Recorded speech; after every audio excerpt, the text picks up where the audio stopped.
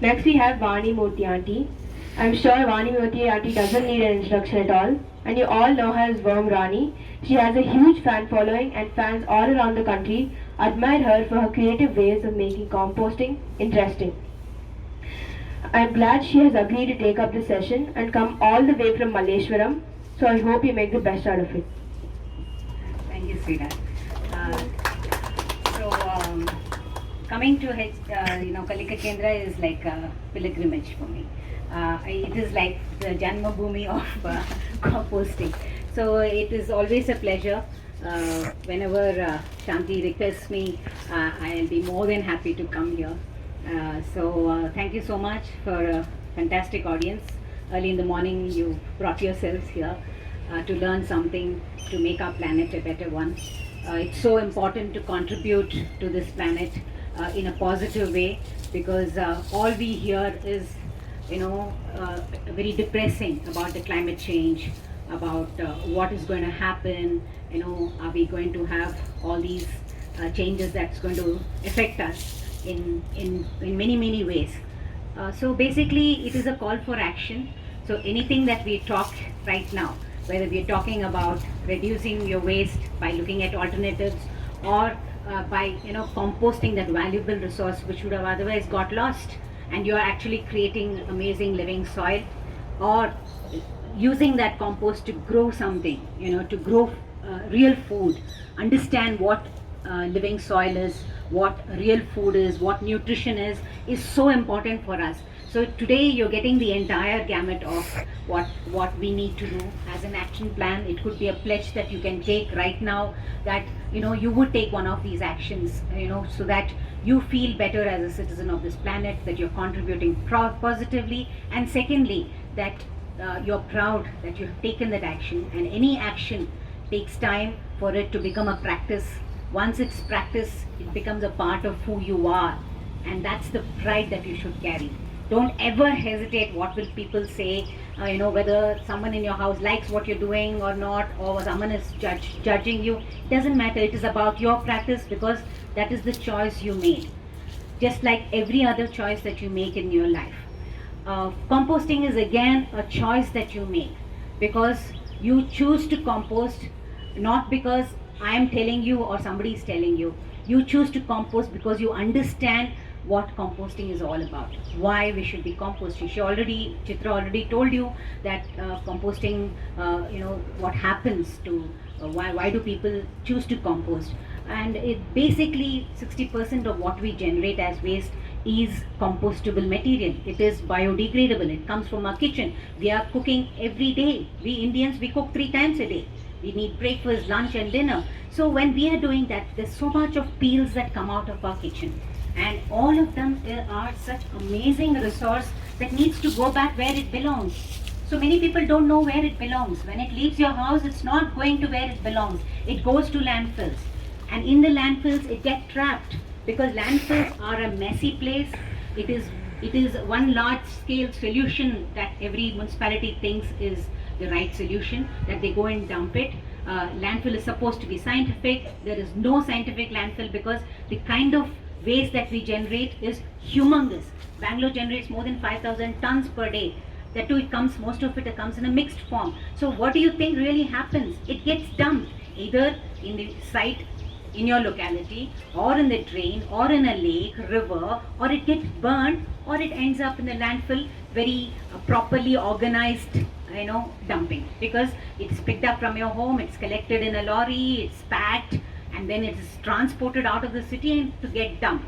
So this organized dumping actually creates huge problems to our environment. One, it releases methane, which is a deadly greenhouse gas. And we are all talking about climate change, so you must know that when your kitchen waste leaves your home, it is creating this deadly gas, because it is getting compacted, trapped in these landfills, and anaerobic digestion happens. The organic waste breaks down anaerobically, and that's where methane gets out. So that's number one problem that you're contributing if you let go of your precious kitchen waste. Two, that there is a dark fluid that runs off these landfills. because of these anaerobic digestion, our kitchen waste is very high in moisture. So all of them, as it starts to break down anaerobically, there's a dark fluid that runs called the leachate, and this leachate in a huge landfill, it's mountains of garbage. It is like a river, it flows out. Small tributary, it comes out and it enters not just the soil around, but also enters the groundwater. The soil around it gets contaminated, and most of the landfills are surrounded by villagers who are growing our food. So if you go outskirts, most of the villagers are growing food to send back to the city. What comes in your market, what comes into the auction, it's all these little farmers who are bringing. So your food is contaminated, your air is already contaminated because of methane, and this liquid getting into our groundwater contaminates our groundwater. So three things that's so precious to us on this planet. This is the only planet that gives you air, water, and soil to grow your food. All the three we are contaminating just because we let go of a precious resource called our kitchen waste. That's it, our organic waste. So now, knowing this problem, it's so easy to choose. Will I let go? So when we made the choice 12 years back, not a peel goes out of our house, because we all know how precious it is. Why is Kalika Kendra here? So that to encourage more and more people, communities to start to compost, so that you don't let go this precious resource. Because it's going out, it's getting polluted. If you hold back, what happens to it? You are creating living soil. When you look at agriculture today, Anu Chabra will be talking to you about that. It is all chemical based. We don't have real soil growing our food. It is chemical fertilizers, it's pesticides. There's so much of toxins that's coming in our food, through our food. And why? Because organic matter is lacking. There is no organic matter. When I told you first time, it has to go back to where it belongs. Where does the organic matter belong? The organic matter belongs to the soil. If you want the soil to have natural ecosystem, that means you are giving back organic matter so that you let life thrive. There is, like you go to a forest, how beautiful the forest is. Why? Because there is a natural cycle maintained. Whatever falls off the tree, nobody sweeps around. Nobody sweeps here. If you see, all the leaves are let to mulch on the floor of this garden, this area, so that you're not sweeping things out and burning them. So in a forest, it is maintained. Whatever falls, rotten fruits fall, the birds, the animals, they eat and they excrete. It all stays on the floor, and they all get converted. But millions of creatures, like they could be all the creepy crawlies, the insects, the earthworms, millions of microbes, they're all converting it to give the nutrients back to the tree. That is why it is so lush. You love to go to forest because the smell of the forest is so beautiful, because there is this beautiful ecosystem that's maintained, which is completely missing in our city life. We don't even know. Now it's percolating into village life, where they have forgotten what real food is. They all grow food with the help of things like chemicals, which are destroying land. It takes the land of any life. There is no life in the land. So in a lifeless soil, when you grow food, you don't get nutrition. That's not the nutrition that you need to have. You need to create that beautiful living soil, and that happens only when you put back organic matter. So it's so important to understand that how precious this is, and why we shouldn't let this go, and why should we compost. That's the choice we make, and this is the exact reason why I made the choice, and why so many of my teammates have made this choice to compost, so that we don't let go this precious resource. Composting is a very simple process. There is a lot of science behind it, but I don't care about the science, because to me it is to hone the skill of composting and learn the art of composting. That's it. You don't need to know what are the microbes, which stage, nothing. You just need to know a process, and that's what I will explain in very simple way. It is a process. It is to understand what is the balance, how do you maintain it. It is to actually fail and learn more. So I failed terribly when I first composted, but I had already visited the landfill, and I had completely told myself that I'm not sending my waste there. That is a mess, and I'm not going to send. So I had no choice but to learn composting, and that was the exciting part, because every failure or every challenge is what teaches you what is the right thing to do. Like in life, when you fall, a child, you don't think that's the end, he won't learn to walk. He again gets up and he starts walking. So we need to pick ourselves up and not stop the process or stop the idea of composting just because there was one challenge, there was two challenges, maybe there'll be 10 challenges that you will have. But ultimate goal is to hone the skill of composting. That's it. Create an environment where you understand that composting needs a moisture balance. It is okay for creepy crawlies to be in it, because most people freak out because of that. Why does it start smelling? Compost should not smell bad. But most people say, oh, I started composting and it started to stink. That's why I gave up. And I may be very interested, but people in my house, they stopped me from composting. Maybe the owner of my building doesn't like me to compost. The people, why? Because it started smelling. Why did it smell? That you didn't still understand the process. So this is all about understanding the process. For a lay person, composting is about 5 things that you need to know. There are just 5 things that you need to keep in mind. One is the green waste that comes from your kitchen. When you're doing for the first time, don't put all your cooked waste, your sambars and your paneer gravies and all that, please, because short failure, you won't know how to manage. I can put anything in it and I can manage, because I already know what is the balance that I need to maintain in my compost pile. So when you start for the first time, stick to vegetable peels, fruit peels, eggshells, coffee and tea leftovers, well drained coffee and tea. Make sure the moisture is minimal by putting it into a colander or a basket which drains off any excess water. When you have cut it, take it off your chopping board. All the excess water has to be drained out completely, so that you're putting very little extra moisture, because as this starts to break down, there is lot of moisture. This is the fresh waste. It is your fruit peels, vegetable peels, and this is called the green waste, and it's high in nitrogen, and it is always wet and moist, right? So that's number 1. The first one is the greens. The second one are the browns. The best browns you can ever want to put in your compost is freely available, and in this season especially, nature gives in abundance the dry leaves. You can see them everywhere. If you can just pick them up on your streets, a tree close to your house, and then if you can shred them. How do you shred them? Put them in a sack, tie the mouth, jog on it for a couple of days, early morning jog for 5 minutes, and they are all fractured and crushed, and that's all you need. So this is high in carbon when that is high in nitrogen, and this is the one that absorbs the excess moisture of the the fresh waste. So these are the ones that balance, and also it keeps the pile breathing when you mix it with your wet waste, because when you put only the wet waste, what happens is, as it starts to break down, the moisture will compact it. It clumps together.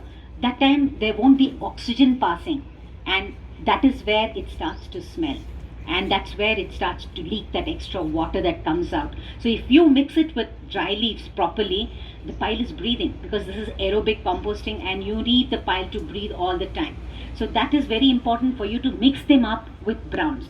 So this is high in carbon, I said. So there are other browns that are alternatives to this, but to me this is the only brown that I would love to use. But if suppose you have a place where you don't have any other browns, then you can look at coco peat. You get ready-made coco peat bricks with microbes like this. You can soak it in water and becomes a powder, and that can be used as browns. Then there is sawdust.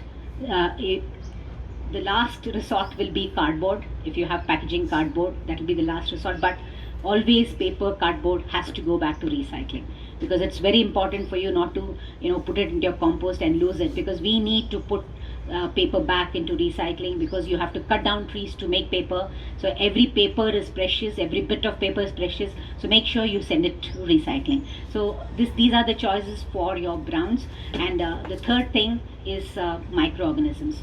Microorganisms are available when you buy a ready-made one like this brick. This has around 8 to 9 kinds of microbes which will help.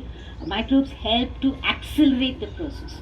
So when the breakdown process has to be accelerated, then we put the microbes. It accelerates in such a way, it's not like in 24 hours or 12 hours. No compost can happen. A lot of people sell you, machines which say it's a 24-hour composting machine. Absolute farce, because it cannot happen. No composting can. It is a natural process, and it has its own breakdown time. Every peel has its own breakdown time, and we never believe, if you have a community that is going for a 24-hour composting machine, please completely stop the to find out why you should do. Check out people who have written lovely articles, like in Endlessly Green, Savita Harimat has done a lot of research on all kinds of composting, community composting, and we have completely come down on a 24-hour composting. So these composting bricks, these have microorganisms which help accelerate. So instead of it taking 45 days, it may happen in 30 days. So that's the acceleration that you're talking about. And microbes always help, because once you introduce microbes, it's freely available in nature. But because we are all in urban cities, in urban spaces, we may have a balcony, we are all in cramped homes, we may have a little balcony or a little terrace where we can do container composting. It's all in containers, either a terracotta container or a plastic tub or any material that you find useful in your house. I mean, you're not using it and you could use it for composting, could be the container. And in this container, because it's a closed container that we are using, we need to introduce microbes so that they colonize and they thrive, and then the entire breakdown happens. So that's the microbes. So the simplest microbes that you can introduce in your composting is sour buttermilk. This is, you leave the buttermilk curd out for 2-3 days, especially summer, it becomes very sour, tumba huli agate. That you keep it a little bit next to your composter. In the beginning, the first few days, you add 1 spoon, just to inoculate your pile, so that you're introducing the microbes. And the cow dung is an amazing, here Gauri and Lakshmi are there, the entire Kalika Kendra's microbes comes from their cow dung, the cow dung that they generously give after eating all the peels that people send here. And this is the best introduction of microbes is cow dung. If you have a nati cow, if you have friends who have organic farms, who have desi cows, you can always bring some. It's just in the beginning to inoculate, so that you use it. So this is the second, cow dung is the first, second, then store bought. There are plenty, waste decomposer and stuff like that. And fourth is oxygen. As I told, this is an aerobic process. Already I told you, when the waste starts to clump together, there won't be any oxygen that is passing. And when there is no oxygen, it becomes anaerobic, and that's where the smell comes. When people say, I started composting and it was smelly, one is because it was too moist, when too watery, not moist, but wet. There is a distinction between moist and being wet. Moist is, you just feel the moisture. Wet is when it is soggy, right? So when it gets wet, that's where you get all problems. Wet compost means there is less of browns. So you have not put enough browns. So compost teaches you. You learn patience. There is amazing lessons it gives back to you as you do. That's why I call it an experiential learning. It is something that you have to experiment. Look at it as a little lab that you have, and you're doing a science experiment. You try it again and again and again till you get it right, till the experiment comes well. So it is through the experience that you learn composting. No matter you read volumes of books on composting, till you start doing it, you will not get it. It will be in your mind, but what you do, they say, you have to get it, you have to get a hang of it. That's what composting is all about. And oxygen being very important, you can turn the pile once in a while, maybe once in 4-5 days, to introduce oxygen to the lower parts, which could be compacting. So it's all about that. Free it up, let it breathe. Like us, we need to breathe, we can't suffocate. Even mask, we keep pulling it out because we need to breathe. So this is so important. And the fifth one is the container. There are terracotta containers. If you have space, build some kind of tanks for composting. So you need to maintain all these. You need to maintain the aeration. You need to maintain enough moisture. You need to maintain the breathing, the oxygen. And all these needs to be kept in mind. And the end product is amazing. Black gold. This is the leaf. With the leaf, what I do. With the leaf, this is leaves and my kitchen waste that become compost. It's sweet smelling. You can take it around, and it takes once one bucket. It's always composting is a twin. You have to have a twin system. You start with one. You can take your own old bucket, paint bucket. Keep it clean. Make it clean. Maybe punch few holes on the lid. Never leave it out in the rain. That's very important. That extra, as I told you, we have to take out extra water. So you can't afford rainwater to get inside. That's DIY. So in the beginning, put some leaves at the bottom so that it absorbs any excess water. And then every day, take your wet waste, take some dry leaves, mix them all together, add a little bit of, it's like a cookery class I'm saying right now. So add a little bit of, microorganisms, either the cow dung or the sour buttermilk. Mix it well and put it in your bucket. Repeat the process second day, third day, and on the fourth day, give it a turn from the bottom. And once that bucket is full, move to the second bucket and just maintain the first bucket's moisture. If it got too dry, that means you put too much of browns. If it got too wet, you have put more of greens. So there is where you need to get the moisture balance. Once you hit the right balance for moisture, by sight, by touch, you've done for life. For life you'll be composting because you know that it's not going to go wrong. Because the moisture balance indicates there is enough oxygen, there is enough balance of the C and N, the carbon and the nitrogen, and things will go smoothly. Move to the second bucket. The first bucket takes around 40-45 days for it to compost if you're using dry leaves. But if you're using bricks, the game changes because you're completely having less of problems. I love to have more problems because that's what teaching me. But today you all have such amazing help from vendors who have come up with solutions that are easier. They give you an entire kit which you can just take it and start doing it. So less of problems. So you can choose to do the way you want. You want a zero cost, do it the way I said in the first. If you want to really have no time to experiment and you don't want to, still you can compost by just buying a kit. So this is what we can all offer you.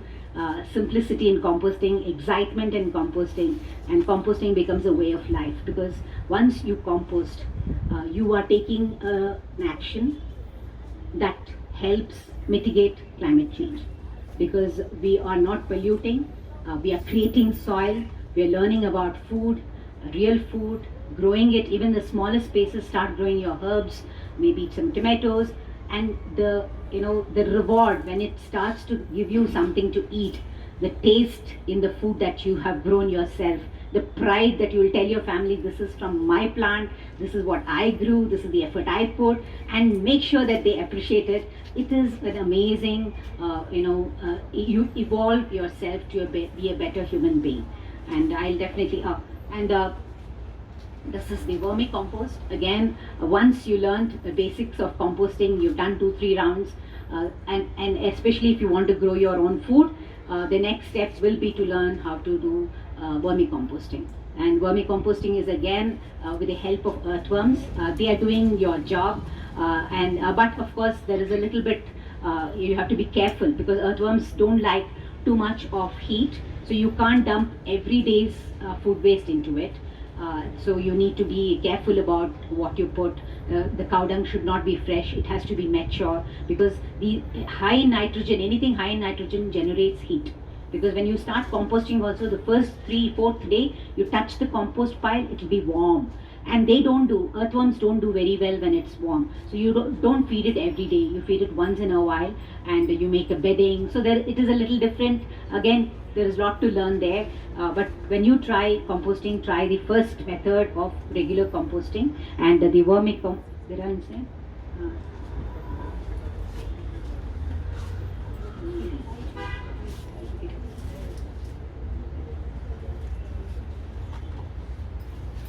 So these earthworms are like our pets.